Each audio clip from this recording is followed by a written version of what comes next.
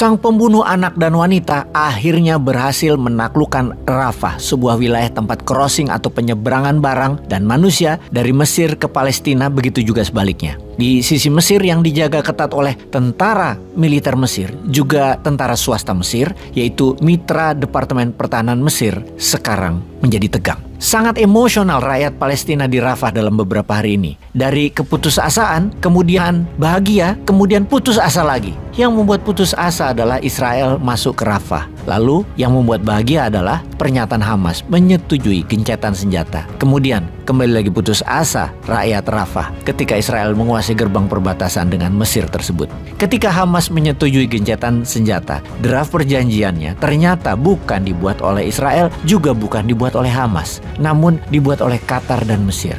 Nah loh, aneh ya? Agaknya kedua negara ini sangat serius ingin menyelamatkan negara masing-masing. Qatar yang jadi markas Hamas banyak mendapatkan tekanan dari pihak Barat, dan Mesir mendapatkan tekanan karena harus menerima lebih dari ratusan ribu pengungsi Palestina. Yang menarik lagi, setelah bolak-balik perjanjian tersebut dirancang, Hamas akhirnya menyetujui isi gencatan senjata tersebut. Dengan pernyataan tersebut, rakyat Rafah bergembira, turun ke jalanan dengan menyatakan perang telah berakhir. Lalu bagaimana dengan pihak Israel atas isi draft perjanjian tersebut? Ternyata Israel menolak karena isinya belum memenuhi harapan dan kemauannya Israel. Salah satunya mengembalikan semua sandera Israel yang ditawan Hamas. Lalu tetap memaksa rakyat Rafah tinggal di tenda-tenda. Memang binatang itu Israel.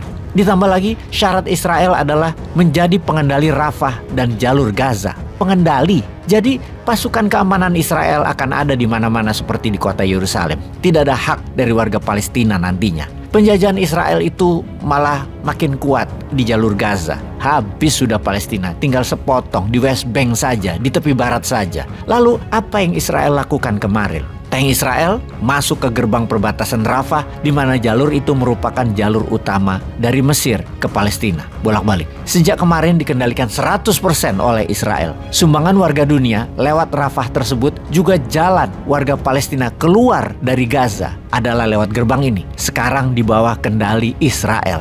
Oke, kita kembali ke poin gencatan senjata yang ada 4 poin. Pertama, apa isi perjanjian gencatan senjata tersebut? Isinya ada 3 fase, yang masing-masing fase atau tahapan ada beberapa poin. Pertama, Israel harus meninggalkan wilayah yang banyak penduduk sipilnya. Kedua, Hamas akan melepaskan 33 orang sandera Israel. Ketiga, Israel akan membebaskan 30 orang tahanan Hamas pada setiap orang sandera Israel tersebut, alias sekitar 1.000 orang Hamas untuk minta dibebaskan dengan melepas 33 orang sandera Israel. Fase kedua, Israel diminta meninggalkan Gaza 100% dengan kompensasi seluruh tahanan militer pasukan Israel akan dibebaskan oleh Hamas. Fase ketiga adalah pembangunan kembali Gaza. Inilah isi draft perjanjian gencatan senjata yang diajukan oleh Qatar dan Mesir untuk Israel dan Hamas. Hamas menyetujuinya. Di setiap fase akan berjalan selama 6 bulan. Lalu timbul pertanyaan kedua, mengapa Israel menolaknya?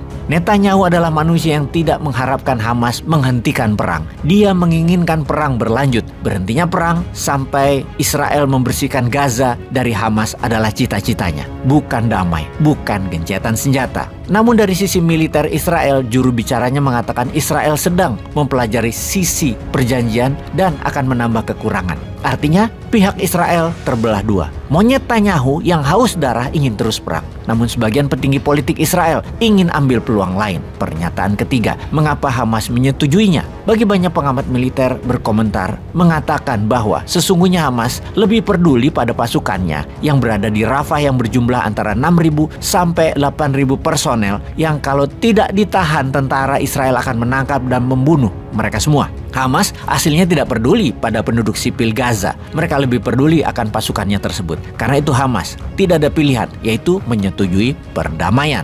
Jadi apa yang akan terjadi kemudian kalau situasinya begini? Ternyata rakyat Israel pun turun ke jalan-jalan meneriakkan agar Netanyahu menerima tawaran gencatan senjata dan mengembalikan sandera ke rumah secepatnya. Pejabat Israel mendapatkan tekanan dari dalam negeri rupanya. Lalu bagaimana dunia menanggapinya? Bagi kita, deal lebih baik daripada perang. Maka kita harus menekan lagi pihak Israel dengan terus memboikot produk-produk yang perusahaannya mendukung Zionis Israel. Misalnya Pandora Jewelry, ia hajar terus untuk diboikot dan jangan dibeli itu produk. Juga sekali lagi, dan tidak usah dibeli Pandora itu misalnya. Dan banyak lagi produk-produk terafiliasi Zionis yang harus diberi pelajaran. Stop membunuh anak-anak dan wanita.